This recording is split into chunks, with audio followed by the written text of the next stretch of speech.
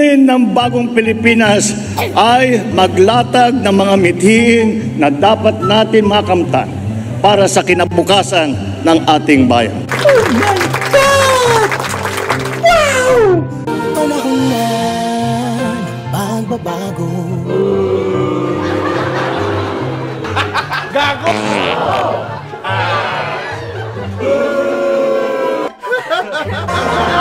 Sa ito ay kinakailangan.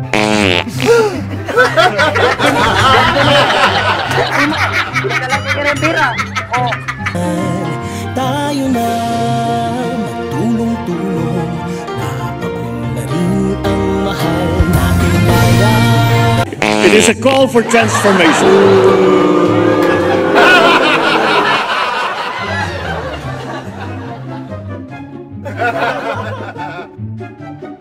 The transformation of our idea of being a Filipino, and the transformation of our economy, of governance, of society.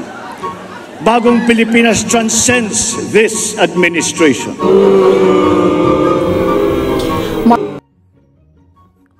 Ano yung sinabi ni Bangag Jr. na this government, this administration will transcend?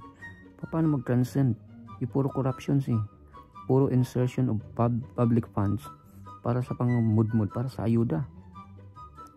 Lahat, daming corruption itong mga nakaupo dyan sa Congress, yung mayaman, habang itong sambayan ng Pilipino naghihirap. Wala, yung lahat ng mga pinangako ni Bongbong Marcos, walang natupad, wala. Itong mga ginagawa nila na yung mga natapos na project, panahon pa yun ni Tatay Digong, at sila yung mismo yung umako sa lahat ng mga achievements. Pero wala pa akong nakita na achievement ng Marcos administration. Ito ngang wala tayong sovereign wealth funds, yung Maharlika sovereign wealth funds, Maharlika investment funds, natigil na yun. Pero may initial offerings na yun na nakapalabas na sila ng pera. So asan na yun? Tapos wala tayong mga direct foreign investments kasi walang mga investors na so overspending ang government kaysa papasok. Yun yung dahilan kung ba't binintan yung 55 tons of gold. Noong una, hindi pa ako nagana lang muna ako, hindi pa ako convincing. Sabi ko okay lang naman kasi to stimulate the economy, okay lang naman magbenta ng gold para kung itulong talaga sa tao. Pero nung sinabi na nila na magbibenta ulit ng 19 assets, sabi ko wala na to. Ang ito para sa eleksyon na talaga to, kasi para may maimudmud silang pira. Kasi 19 assets, magbinta ng mga government positions such as mga treasury notes, mga infrastructures, landmarks. Sabi ko wala na talaga to, kasi yung plano nila talaga, gusto talaga nila ipupush. Kasi sabi nila pag makakuha sila ng 7 senators dyan, pwede pa rin nila maipush yung chacha or charter change para magiging prime minister ito si Tambaloslos, kasi hindi man lang maka 1% siya, wala siyang kaamor-amor sa mga tao. So if ever hindi din yan maipush, magmudmud pa rin sila ng pera para plan B nila, magiging presidente ito si Tambaloslos. Kung kaya't lahat ng mga parte ng bansa ng Pilipinas, gusto nilang lahat makaposisyon sila. Kung kaya't, di ba sabi nga, yung Davao nga, gusto magpanding sila, mga Nograles yung patakbuhin doon para kontrahin against mga Duterte. Kung kaya't dapat talagang tatakbo ng mayor si Tatay Digong para ma-secure yung Davao. Kasi magpamudmud niya ng bira dyan si Tambaloslos for sure. So babalik tayo to stimulate the economy. Okay lang naman sana yung nagbinta sila ng 25 tons of gold kung itulong talaga sa tao. Kasi during high inflation, lahat nagsitaasan. Alam naman natin sa panahon ni Tatay Digong, close down yung mga mga corporations, lahat ng mga ang pwede lang makalabas, lahat ng mga establishment, mga business, sarado, close down. Yung mga may mga nagsara nga, may mga nagtanggal lang mga trabante or workers. So kasi kung kaya't kailangan natin ng pira talaga. Kung kaya't sa panahon Tatay Digong, kung mga nakalabas lang yung mga frontliners lang, di ba? Such as medical field workers, ganun, mga police, mga fire workers, ganun. Lahat ng mga frontliners, ganun. So nagmudmud ng ayuda. So during post-COVID, tinamaan pa tayo ng may awayan pag-gira sa Iraq, Ukraine, meron pang Israel, ganun. So during post-COVID, domino effects kasi yan. So recession stage. So ang nangyayari, yung mga business nagsara or close down or nagtanggal ng mga workers. So kasi yan yung tinatawag na domino effects. So itong mga investors, how they protect their assets is either they buy physical gold or digital gold or nag-invest sa bonds. Ganun yan. Kung kaya itong halimbawa gobyerno, mas maganda dito sila sa bonds. Halimbawa ang gobyerno may nagpapagawa pa sila ng halimbawa stadium. Ito na lang pinaka-example. So itong gobyerno kasi limited na lang yung resources nila, nagagamit na ganun. Instead tataasan natin yung tax. Yun yung palusot ng central bank. Instead tataasan yung tax. So di ba nagbenta silang gold. So halimbawa ikaw ang gobyerno, mag-issue ka ng bonds. So halimbawa 500 million within maturity date of 20 years or 10 years. Halimbawa 500 million within 10 years gagawin ko yung 700 million. Ganun. Kasi dalawa yun in the bond world, dalawa yung pinaka-common na ginagamit, yung zero coupon rate at saka coupon rate. Yung sa gobyerno, zero coupon rate yun. Halimbawa yung sinasabi ko, halimbawa 500 million yung hiniram ng gobyerno, hindi hiniram, yung nag-issue sila ng bond. So babayaran nila within the maturity date ng 700 billion, ganun. Dito naman sa mga private companies or corporations, nag-i-issue sila ng coupon rate. Halimbawa ito na dollars lang para mas madali akin. Halimbawa ikaw isang corporation, dahil sa high inflation tapos during recession stage, instead na tatanggalin mo yung mga workers mo, magtatanggal ka ng mga magagaling mong workers or ma-close down itong company mo at mawala yung ownership mo. Yes. So instead of mag-close down itong company mo, mag-issue ka ng bonds. So itong corporation, halimbawa na lang 20,000. Halimbawa na lang pinaka-easiest dollars ako 5,000 US dollars. So ito mag-issue ako yung corporation, mag-issue ako ng bonds 5,000 US dollars, ganun lang. So within the maturity date of 5 years. So ang mangyayari dyan, ang interest rate ngayon is 6.5%. Yun yung interest rate ng central bank. So every year, halimbawa na lang, pinaka-simplest way, every year magbabayad ako ng $1,000 plus the interest rate. So pag matapos ko yan, yung tinatawag na maturity date, so halimbawa 5 years, so itong corporation ang corporation, ibabalik ko sa kanya yung principal value niya, na which was the 5,000. So both beneficial yon sa akin na corporation as sa investors, kasi yung ako hindi na-close down yung company ko, yung business ko, na-retain ko. At the same time, itong investor kumita sa interest rate at saka na ibalik sa kanya yung principal value, principal money niya. So yun yung maganda. Ang problema lang sa itong coupon rate, itong mga corporation, halimbawa pag na bankrupt, bangkarote, tatakbo, so ma-default. So yun lang. Kaya sa mga bond world, mas okay pag government yung transact mo, kasi may kaibat na batas, tsak mababayaran ka talaga. That's how they protect their assets, itong mga investors. Dito naman sa physical gold, ang gold naman hindi siya bababa, hindi siya masyado mataas. Kung baga yan yung stabilizer, yan yung talaga stable yung presyuhan dyan. Kung kaya that's how you protect your assets. Kung kaya hindi advisable, hindi applicable na mag-invest ka ng pira doon sa bangko pag investment talaga.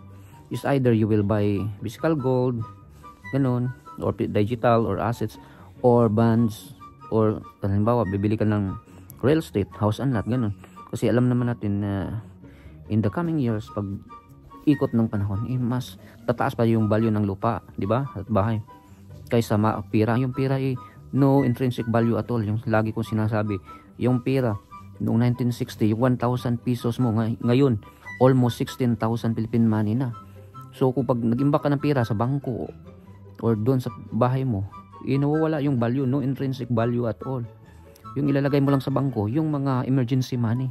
Ganun lang yan talaga. Mga necessities, commodities, mga basic needs mo, gas, ganun, pangsweldo sa workers mo, if may workers ka, ganun lang talaga yan. Pero yung investment, mag-invest ka ng pera, is either ETF, yung bundle of stocks, ganun talaga yan. Kung kaya't sabi ko, hindi talaga magtra-transcend itong gobyernong ito, kasi ano lang sila puro na lang corruption yung target nila sa 2025 na 2% na inflation, di ko alam kung makukuha nila, kasi mukhang aangat naman tayo, mukhang pupunta naman tayo sa 3% na high inflation, kasi nag-elevate na tong high inflation.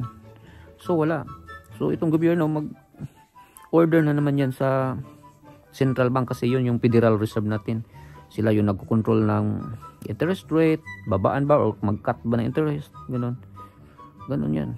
Sila yung monetary authority. So yung monetary policy na sa central bank, ganun yan. Kung kaya dapat malalaman din yung mga kasampiak kung ano ba yung trabaho ng mga pira, kasi sa ever since pa natin yung pinanganak na tayo, na-corrupted na tayo, kasi yung pati parents natin di alam yung paano ng use of money. At yung parents natin laging sinasabi, okay mga anak, ang hirap natin, so ito yung pinaka best na ipamamana namin sa inyo, go to school, get an education, get a degree, a doctorate, masters, ganun, kasi ito lang yung for what? To still become a worker, yun lang yun, ganun. It doesn't bad at all, ganun. Education, kailangan naman natin yan para hindi tayo maging mangmang. Pero hindi yan yung talaga. Bakit? Tinuturo ba sa school yung paano yung mayaman? Hindi. Kung paano magiging workers pa rin tayo. Kung kaya't yung iilan lang dyan sa taas, mga oligarch, mga ganun, magiging pa rin tayo, workers sa sarili nating bansa. Kung kaya't hanggat hindi tayo magsasalita, tulad ng mga nangyayari ngayon, mga corruption ganun, mas lalo tayong maghihirap. Yan yung dahilan kung ba tayo, katulad ko, ba't ba ako pumunta dito sa ibang bansa magtatrabaho? Mas maganda sa sarili nating bansa Nakikita pa natin pamilya natin. Ang ganda pa ng mga lugar natin. Dito puro lang paycheck to paycheck, live paycheck to paycheck. Trabaho, tulog, ganun lang. Kumbaga, stress lang yung makukuha mo.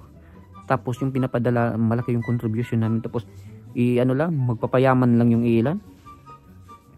Kung kaya't yung boto nyo talagang sisiguraduhin nyo na mapunta talaga sa tamang tao para hindi tayo babalik sa nakaraan Ito yung pinaka worst president ever na nakikita ko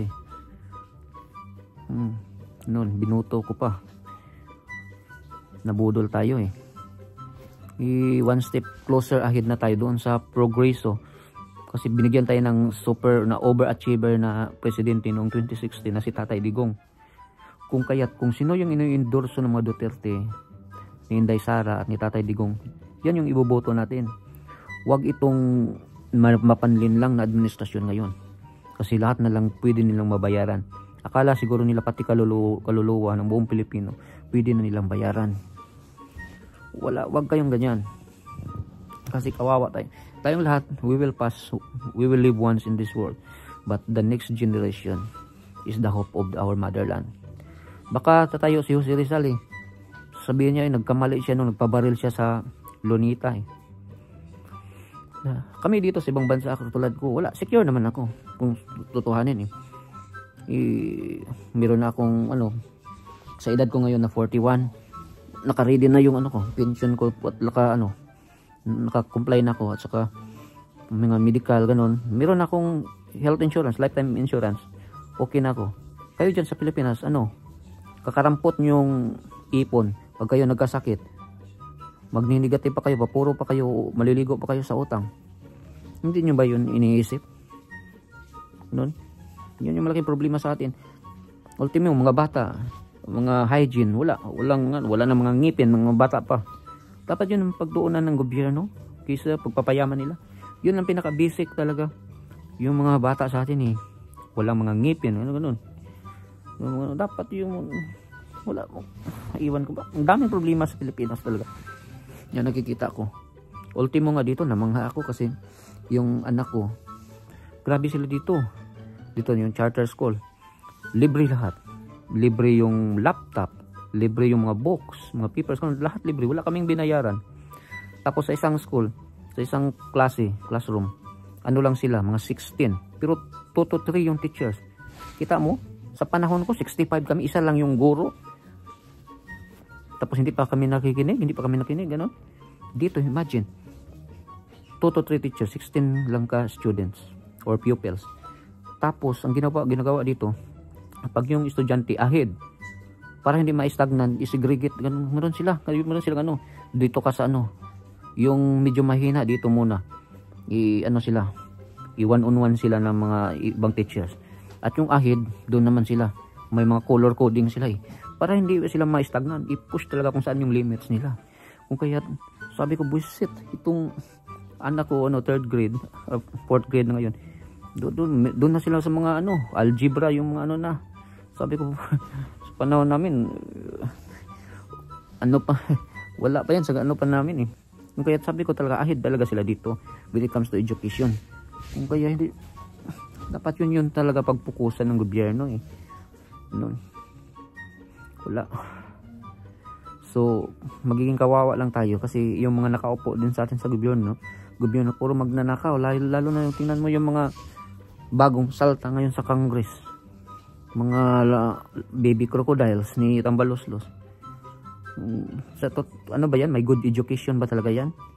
Good in kawatan or nakawan lang talaga yan? Sabi ni Marcolita wala talaga. Kawawang taong bayan kung ang iilan lang yung mayaman, ang ilan nagpapakasarap sa pira ng taong bayan. Kung kaya't ayaw talaga nila itong mga Duterte na makabalik, huwag kayong malinlang. Huwag na kayong magpabudol pa. Kasi ito na talaga yung last hope, last chance natin. Habang nandyan pa si Tatay Digong, nandyan mo yung mga Duterte. At alam ko naman, mayroon din iilan dyan na uusbong. At na para talaga sa tama. So, sige mga kasampiak, hanggang dito lang muna kasi trabaho tayo Maraming salamat po. God bless all. God bless us all.